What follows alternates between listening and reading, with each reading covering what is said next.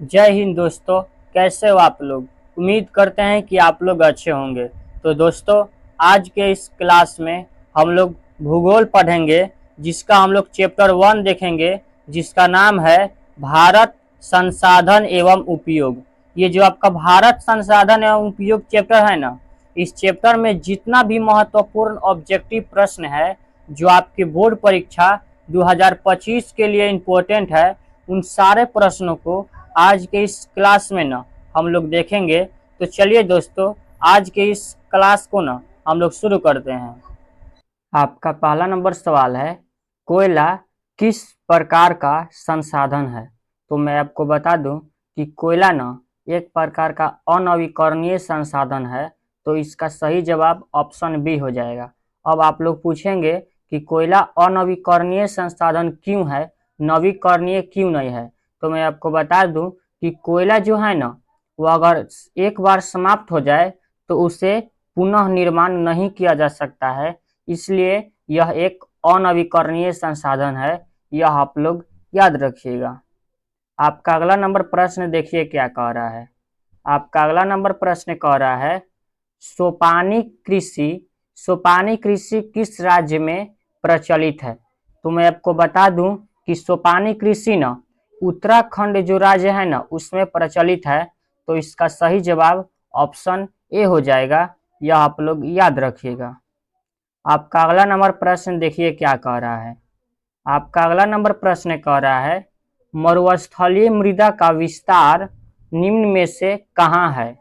यानी जो मरुस्थल मृदा है वह सबसे अधिक कहाँ फैला हुआ है। तो इसका जो सही जवाब हो जाएगा ना, वह हो जाएगा ऑप्शन बी, राजस्थान। यानी जो राजस्थान है ना, उसमें सबसे ज्यादा मरुस्थल मृदा पाया जाता है। आपका अगला नंबर प्रश्न देखिए क्या कह रहा है। आपका अगला नंबर प्रश्न कह रहा है, काली मृदा का दूसरा नाम क्या है। यानी काली मृदा जो है उसका दूसरा नाम आपसे पूछ रहा है। तो मैं आपको बता दूं कि काली मृदा का दूसरा नाम ना रेगुर मृदा होता है। तो इसका सही जवाब ऑप्शन ए हो जाएगा। यह आप लोग याद रखिएगा। आपका अगला नंबर प्रश्न देखिए क्या कह रहा है। आपका अगला नंबर प्रश्न कह रहा है, निम्न में से कौन सी मिट्टी सर्वाधिक उपजाऊ है। तो मैं आपको बता दूं कि जलोढ़ मिट्टी जो होता है ना, वह सबसे अधिक उपजाऊ होता है। तो इसका सही जवाब ऑप्शन ए हो जाएगा। यह आप लोग याद रखिएगा। आपका अगला नंबर प्रश्न देखिए क्या कह रहा है। आपका अगला नंबर प्रश्न कह रहा है, पेट्रोलियम किस प्रकार का संसाधन है। पेट्रोलियम किस प्रकार का संसाधन है। तो मैं आपको बता दूं कि ये जो पेट्रोलियम है ना, यह भी एक प्रकार का अनवीकरणीय संसाधन है। क्योंकि पेट्रोलियम अगर एक बार खत्म हो गया तो उससे हम पुनः निर्माण नहीं कर सकते हैं। इसलिए यह अनवीकरणीय संसाधन है। यह आप लोग याद रखिएगा। आपका अगला नंबर प्रश्न देखिए क्या कह रहा है।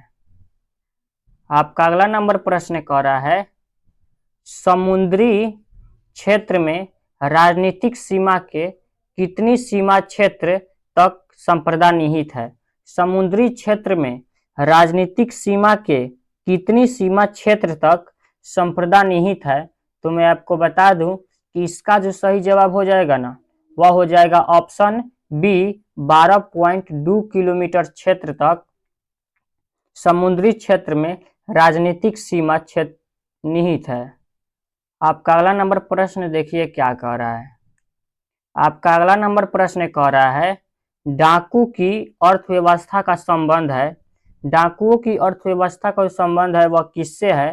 तो मैं आपको बता दूं कि इसका जो सही जवाब हो जाएगा ना, वह हो जाएगा ऑप्शन सी, संसाधनों के नियोजित दोहन से। डाकुओं की अर्थव्यवस्था का संबंध संसाधनों के नियोजित दोहन से है। यह आप लोग याद रखिएगा। आपका अगला नंबर प्रश्न देखिए क्या कह रहा है। आपका अगला नंबर प्रश्न कह रहा है कि तट रेखा से कितने किलोमीटर क्षेत्र की सीमा अपवर्जक आर्थिक क्षेत्र कहलाते हैं। यानी जो तट रेखा है उससे कितने किलोमीटर क्षेत्र तक की सीमा अपवर्जक आर्थिक क्षेत्र कहलाता है। तो इसका जो सही जवाब हो जाएगा ना, वह हो जाएगा ऑप्शन ए 200 किलोमीटर क्षेत्र तक की जो सीमा है ना, वह अपवर्जक आर्थिक क्षेत्र कहलाते हैं। यह आप लोग याद रखिएगा। आपका अगला नंबर प्रश्न देखिए क्या कह रहा है। आपका अगला नंबर प्रश्न कह रहा है, सौर ऊर्जा निम्नलिखित में से कौन सा संसाधन है? सौर ऊर्जा कौन सा संसाधन है, यही आपसे पूछ रहा है। तो मैं आपको बता दूं कि सौर ऊर्जा जो है ना, वह एक प्रकार का पुनः पूर्ति योग्य संसाधन है, क्योंकि सौर ऊर्जा को ना हम पुनः निर्माण कर सकते हैं। तो इसका सही जवाब ऑप्शन ए हो जाएगा। आपका अगला नंबर प्रश्न देखिए क्या कह रहा है। आपका अगला नंबर प्रश्न कह रहा है विश्व की कितनी प्रतिशत जनसंख्या भारत में निवास करती है? विश्व में कितनी प्रतिशत जो जनसंख्या है वह भारत में निवास करती है? तो मैं आपको बता दूं कि इसका जो सही जवाब हो जाएगा ना, वह हो जाएगा ऑप्शन बी 18% या 17.7% जनसंख्या भारत में निवास करती है। आपका अगला नंबर प्रश्न देखिए क्या कह रहा है। आपका अगला नंबर प्रश्न कह रहा है, प्राणियों के शरीर में कितनी प्रतिशत जल की मात्रा निहित होती है? यानी हमारे जो शरीर हैं उसमें कितने प्रतिशत जल की मात्रा होती है, यही प्रश्न आपसे पूछ रहा है। तो इसका जो सही जवाब हो जाएगा ना, वह हो जाएगा ऑप्शन डी 65%। प्राणियों के शरीर में हमेशा 65% जल की मात्रा निहित होती है। आपका अगला नंबर प्रश्न देखिए क्या कह रहा है। आपका अगला नंबर प्रश्न कह रहा है, बिहार में अति जल दोहन से किस तत्व का संकेंद्रण बढ़ा है? बिहार में अति जल दोहन से किस तत्व का संकेंद्रण बढ़ा है? तो इसका जो सही जवाब हो जाएगा ना, वह हो जाएगा ऑप्शन बी आर्सेनिक। आर्सेनिक जो है ना, उसका संकेंद्रण बिहार में बढ़ा हुआ है, इसलिए इसका सही जवाब ऑप्शन बी हो जाएगा। आपका अगला नंबर प्रश्न देखिए क्या कह रहा है। आपका अगला नंबर प्रश्न कह रहा है, बृहद क्षेत्र में जल की उपस्थिति के कारण ही पृथ्वी को क्या कहते हैं?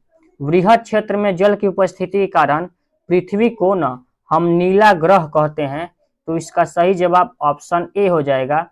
यह आप लोग याद रखिएगा। आपका अगला नंबर प्रश्न देखिए क्या कह रहा है। आपका अगला नंबर प्रश्न कह रहा है, कुल जल का कितना प्रतिशत भाग महासागरों में निहित है? तो मैं आपको बता दूं कि कुल जल का न 96.6% भाग महासागर में जाता है। तो इसका सही जवाब ऑप्शन सी हो जाएगा। यह आप लोग याद रखिएगा। आपका अगला नंबर प्रश्न देखिए क्या कह रहा है। आपका अगला नंबर प्रश्न कह रहा है, देश के बांधों को किसने भारत का मंदिर कहा था? देश के बांधों को किसने भारत का मंदिर कहा था? तो इसका सही जवाब ना ऑप्शन बी हो जाएगा, पंडित नेहरू ने। पंडित जवाहरलाल नेहरू जी ने कहे थे कि देश के बांधों को भारत को मंदिर भी कहा जा सकता है, इसलिए इसका सही जवाब ऑप्शन बी हो जाएगा। आपका अगला नंबर प्रश्न देखिए क्या कह रहा है। आपका अगला नंबर प्रश्न कह रहा है, मेढक के प्रजनन को नष्ट करने वाला रसायन कौन सा है? तो मेढक के जो प्रजनन को नष्ट करता है ना, वह रसायन एंड्रीन है। तो इसका सही जवाब ऑप्शन ए हो जाएगा। यह आप लोग याद रखिएगा। आपका अगला नंबर प्रश्न देखिए क्या कह रहा है। आपका अगला नंबर प्रश्न कह रहा है, भारत में लगभग कितने करोड़ हेक्टेयर भूमि पर क्षरण हो चुका है? भारत में लगभग कितने करोड़ हेक्टेयर भूमि क्षरण हो चुका है? तो मैं आपको बता दूं कि इसका जो सही जवाब हो जाएगा ना, वह हो जाएगा ऑप्शन ए 13 करोड़ हेक्टेयर भूमि क्षरण हो चुका है भारत में, इसलिए इसका सही जवाब ऑप्शन ए हो जाएगा। यह आप लोग याद रखिएगा। आपका अगला नंबर प्रश्न देखिए क्या कह रहा है। आपका अगला नंबर प्रश्न कह रहा है, कौन सी मिट्टी कपास की खेती के लिए सर्वोत्तम मानी जाती है? कौन सी ऐसा मिट्टी है जो कपास की खेती के लिए सबसे उत्तम मानी जाती है, यानी सर्वोत्तम मानी जाती है? तो इसका जो सही जवाब हो जाएगा ना, वह हो जाएगा ऑप्शन ए, काली मिट्टी। कपास की खेती के लिए सबसे उत्तम मिट्टी काली मिट्टी होती है, तो इसका सही जवाब ऑप्शन ए हो जाएगा। आपका अगला नंबर प्रश्न देखिए क्या कह रहा है। आपका अगला नंबर प्रश्न कह रहा है, पंजाब में भूमि निम्नीकरण का मुख्य कारण है, यानी पंजाब में जो भूमि निम्नीकरण है उसका मुख्य कारण क्या है, यही आपसे पूछ रहा है। तो इसका जो सही जवाब हो जाएगा ना, वह हो जाएगा ऑप्शन डी, अधिक सिंचाई। पंजाब में भूमि निम्नीकरण का मुख्य कारण अधिक सिंचाई है, तो इसका सही जवाब ऑप्शन डी हो जाएगा। आपका अगला नंबर प्रश्न देखिए क्या कह रहा है। आपका अगला नंबर प्रश्न कह रहा है, भारत का राष्ट्रीय पक्षी है, यानी भारत का राष्ट्रीय पक्षी कौन है, यही आपसे पूछ रहा है। तो मैं आपको बता दूं कि भारत का राष्ट्रीय पक्षी ना मोर है, तो इसका सही जवाब ऑप्शन ए हो जाएगा, यानी मयूर। इसका सही जवाब ऑप्शन ए हो जाएगा, यह आप लोग याद रखिएगा। आपका अगला नंबर प्रश्न देखिए क्या कह रहा है। आपका अगला नंबर प्रश्न कह रहा है, FAO की वानिकी रिपोर्ट के अनुसार 1968 ईस्वी में विश्व में कितने हेक्टेयर भूमि पर वन का विस्तार था? FAO की वानिकी रिपोर्ट के अनुसार 1968 ईस्वी में विश्व में कितने हेक्टेयर भूमि पर वन का विस्तार था? तो इसका जो सही जवाब हो जाएगा ना, वह हो जाएगा ऑप्शन सी, 4 अरब हेक्टेयर भूमि पर वन का विस्तार था, इसलिए इसका सही जवाब ना ऑप्शन सी हो जाएगा। आपका अगला नंबर प्रश्न देखिए क्या कह रहा है। आपका अगला नंबर प्रश्न कह रहा है, 1951 से 1980 तक लगभग कितने वर्ग किलोमीटर वन क्षेत्र कृषि में परिवर्तित हुआ है? यानी 1951 से लेकर 1980 तक लगभग कितने वर्ग किलोमीटर क्षेत्र कृषि में परिवर्तित हुआ है, यही आपसे पूछ रहा है। तो इसका जो सही जवाब हो जाएगा ना, वह हो जाएगा ऑप्शन बी, 26,200 वर्ग किलोमीटर जो क्षेत्र है वह कृषि में परिवर्तित हो चुका है, तो इसका सही जवाब ऑप्शन बी हो जाएगा। आपका अगला नंबर प्रश्न देखिए क्या कह रहा है। आपका अगला नंबर प्रश्न कह रहा है, वनों को कितने वर्गों में वर्गीकृत किया गया है? तो मैं आपको बता दूं कि वनों को ना 2 वर्गों में वर्गीकृत किया गया है, तो इसका सही जवाब ऑप्शन बी हो जाएगा। आपका अगला नंबर प्रश्न देखिए क्या कह रहा है। आपका अगला नंबर प्रश्न कह रहा है, भारत के किस राज्य में वन का सबसे अधिक विस्तार है? भारत के किस राज्य में वन का सबसे अधिक विस्तार है? तो इसका जो सही जवाब हो जाएगा ना, वह हो जाएगा ऑप्शन सी, मध्य प्रदेश। मध्य प्रदेश में ना सबसे अधिक वन पाया जाता है, तो इसका सही जवाब ऑप्शन सी हो जाएगा। आपका अगला नंबर प्रश्न देखिए क्या कह रहा है। आपका अगला नंबर प्रश्न कह रहा है, पूर्वोत्तर राज्य के 188 आदिवासी जिलों में देश के कुल क्षेत्र का कितना प्रतिशत वन है? तो इसका जो सही जवाब हो जाएगा ना, वह हो जाएगा ऑप्शन डी, 60.11% वन है पूरे आदिवासी जिले में, तो इसका सही जवाब ऑप्शन डी हो जाएगा।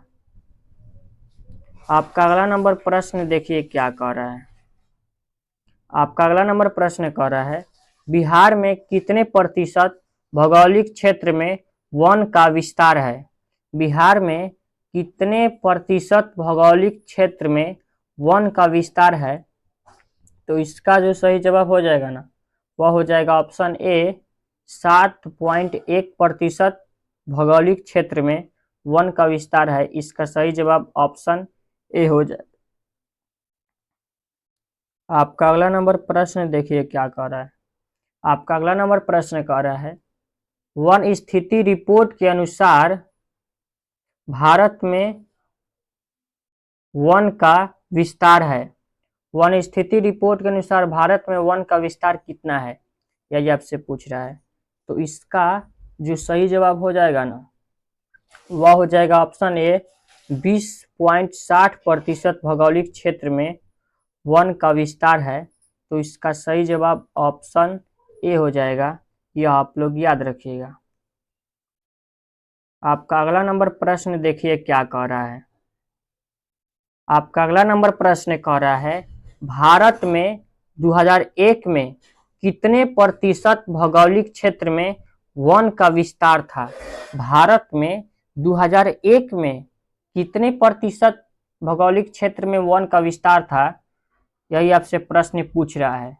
तो इसका जो सही जवाब हो जाएगा ना, वह हो जाएगा ऑप्शन ए, 19.87% भौगोलिक क्षेत्र में वन का विस्तार था। तो इसका सही जवाब ना ऑप्शन ए हो जाएगा। आपका अगला नंबर प्रश्न देखिए क्या कह रहा है।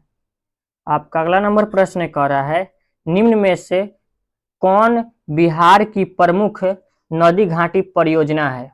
निम्न में से कौन बिहार की प्रमुख नदी घाटी परियोजना है। तो इसका जो सही जवाब हो जाएगा ना, वह हो जाएगा ऑप्शन डी, सोन नदी घाटी। सोन नदी घाटी बिहार का प्रमुख नदी घाटी परियोजना है। तो इसका सही जवाब ऑप्शन डी हो जाएगा, यह आप लोग याद रखिएगा। आपका अगला नंबर प्रश्न देखिए क्या कह रहा है। आपका अगला नंबर प्रश्न कह रहा है, भारत में लगभग कितने खनिज पाए जाते हैं। भारत में लगभग कितने प्रकार के खनिज पाए जाते हैं, यही आपसे पूछ रहा है। तो मैं आपको बता दूं कि हमारे जो भारत देश हैं उसमें 100 प्रकार के खनिज पाए जाते हैं। तो इसका सही जवाब ऑप्शन सी हो जाएगा, यह आप लोग याद रखिएगा। आपका अगला नंबर प्रश्न देखिए क्या कह रहा है। आपका अगला नंबर प्रश्न कह रहा है, भारत का सबसे बड़ा लौह अयस्क उत्पादक राज्य कौन सा है। भारत का सबसे बड़ा लौह अयस्क उत्पादक राज्य कौन सा है, यही आपसे प्रश्न पूछ रहा है। तो मैं आपको बता दूं कि हमारा जो कर्नाटक राज्य है ना, वह भारत का सबसे अधिक लौह अयस्क उत्पादक राज्य है। तो इसका सही जवाब ऑप्शन सी हो जाएगा, कर्नाटक। यह आप लोग याद रखिएगा। आपका अगला नंबर प्रश्न देखिए क्या कह रहा है। आपका अगला नंबर प्रश्न कह रहा है, निम्न में से कौन लौह अयस्क का एक प्रकार है। निम्न में से कौन लौह अयस्क का एक प्रकार है। तो मैं आपको बता दूं कि एंथ्रासाइट जो है ना, वह लौह अयस्क का एक प्रकार है। तो इसका सही जवाब ना ऑप्शन ए हो जाएगा, एंथ्रासाइट। आपका अगला नंबर प्रश्न देखिए क्या कह रहा है। आपका अगला नंबर सवाल कह रहा है, किस खनिज को उद्योगों की जननी माना गया है। तो मैं आपको बता दूं कि ये जो लोहा है ना, उसको उद्योगों की जननी माना गया है। इसलिए इसका सही जवाब ना ऑप्शन ए हो जाएगा, लोहा। आपका अगला नंबर प्रश्न देखिए क्या कह रहा है। आपका अगला नंबर प्रश्न कह रहा है, इनमें कौन सा ऐसा जीव है जो केवल भारत में ही पाया जाता है। इनमें कौन सा ऐसा जीव है जो केवल भारत में ही पाया जाता है। तो मैं आपको बता दूं कि ये जो डॉल्फिन है ना, डॉल्फिन, वह केवल भारत में पाए जाते हैं और दूसरा किसी भी राज्य में नहीं पाया जाता है।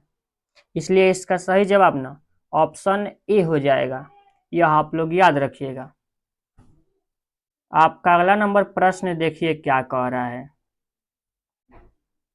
आपका अगला नंबर प्रश्न कह रहा है, प्राकृतिक संसाधनों के संरक्षण हेतु 1968 में कौन सा कन्वेंशन हुआ था। प्राकृतिक संसाधनों के संरक्षण हेतु 1968 में कौन सा कन्वेंशन हुआ था। तो मैं आपको बता दूं कि 1968 में ना अफ्रीकी कन्वेंशन हुआ था।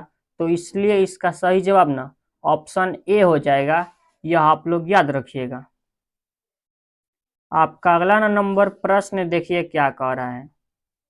आपका अगला नंबर प्रश्न कह रहा है संविधान के धारा 21 का संबंध है। संविधान का धारा 21 का संबंध किससे है, यही आपसे पूछ रहा है। तो मैं आपको बता दूं कि संविधान का धारा 21 का जो संबंध है वह वन्य जीव तथा प्राकृतिक संसाधनों के संरक्षण से है। इसलिए इसका सही जवाब ऑप्शन ए हो जाएगा, वन्य जीव तथा प्राकृतिक संसाधनों के संरक्षण से। आपका अगला नंबर प्रश्न देखिए क्या कह रहा है। आपका अगला नंबर प्रश्न कह रहा है विश्व पर्यावरण दिवस कब मनाया जाता है। विश्व पर्यावरण दिवस कब मनाया जाता है, तो मैं आपको बता दूं कि विश्व पर्यावरण दिवस जो होता है वह 5 जून को मनाया जाता है। इसलिए इसका सही जवाब ऑप्शन ए हो जाएगा, 5 जून।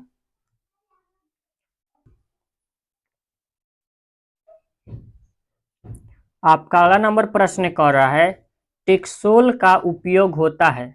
टेक्सोल का उपयोग किस में होता है, यही आपसे पूछ रहा है। तो मैं आपको बता दूं कि टेक्सोल का जो उपयोग होता है वह कैंसर में होता है। कैंसर रोग में टेक्सोल का उपयोग होता है। इसलिए इसका सही जवाब ऑप्शन सी हो जाएगा, कैंसर में। आपका अगला नंबर प्रश्न देखिए क्या कह रहा है। आपका अगला नंबर प्रश्न कह रहा है चरक का संबंध किस देश से था। चरक का जो संबंध था वह किस देश से था, तो इसका जो सही जवाब हो जाएगा वह हो जाएगा ऑप्शन सी, भारत से। चरक का जो संबंध था वह भारत देश से था। इसलिए इसका सही जवाब ऑप्शन सी हो जाएगा। तो दोस्तों आज के इस क्लास को हम यहीं पर समाप्त करते हैं। और इससे जो अगला प्रश्न है, अभी 40 प्रश्न हम लोग देख चुके हैं। इस चैप्टर में कुल 80 प्रश्न हैं, तो अभी 40 प्रश्न बाकी है। तो उस 40 प्रश्न को हम अगले क्लास में देखेंगे। तब तक के लिए इस क्लास को हम समाप्त करते हैं। धन्यवाद।